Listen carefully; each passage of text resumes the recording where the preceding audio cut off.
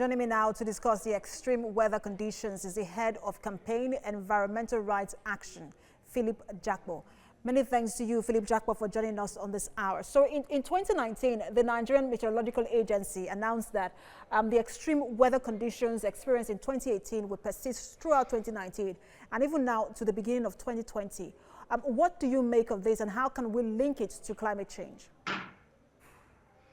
Well, the good thing here is that people are gradually getting to know that the impacts of climate change is not limited only to the heat, because we also had a lot of heat, especially in the later part of last year. You also have unusual colds, like what you have in Jos, what you have in Kano and other parts of the country. Outside our own sphere, outside Africa, we have the extreme heat conditions in Australia.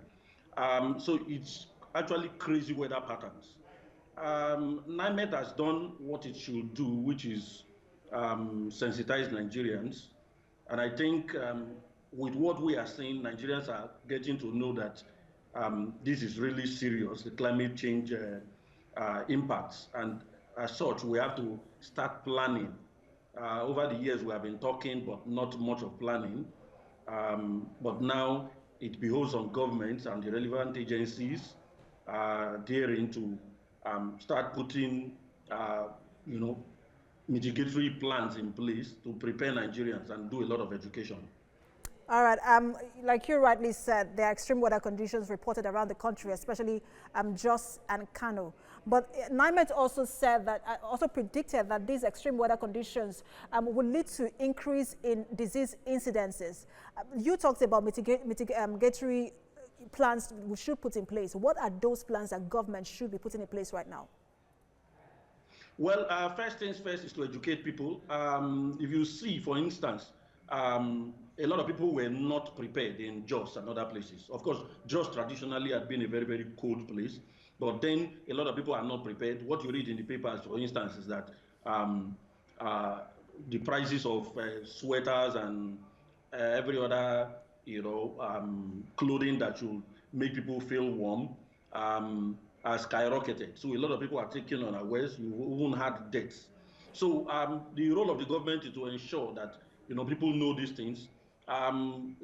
Masks, for instance, should be distributed massively so that when people are going out during the daytime and you have these dusties, they cover themselves, or else they're going to get some of these ailments that come from the extreme weather conditions. So these are the simple things that the government can do, which can go a long way to keep people safe in this situation. But on a wider note, we have been talking a lot about climate change impacts.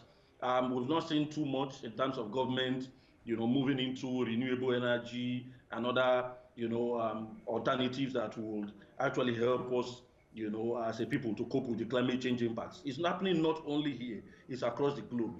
But other countries are looking away from fossil fuel, which is one of the models that has promoted, the changing weather patterns. So other countries are looking at, renewable energy. They are moving away from crude oil. We are talking more of crude oil, even looking at new finds.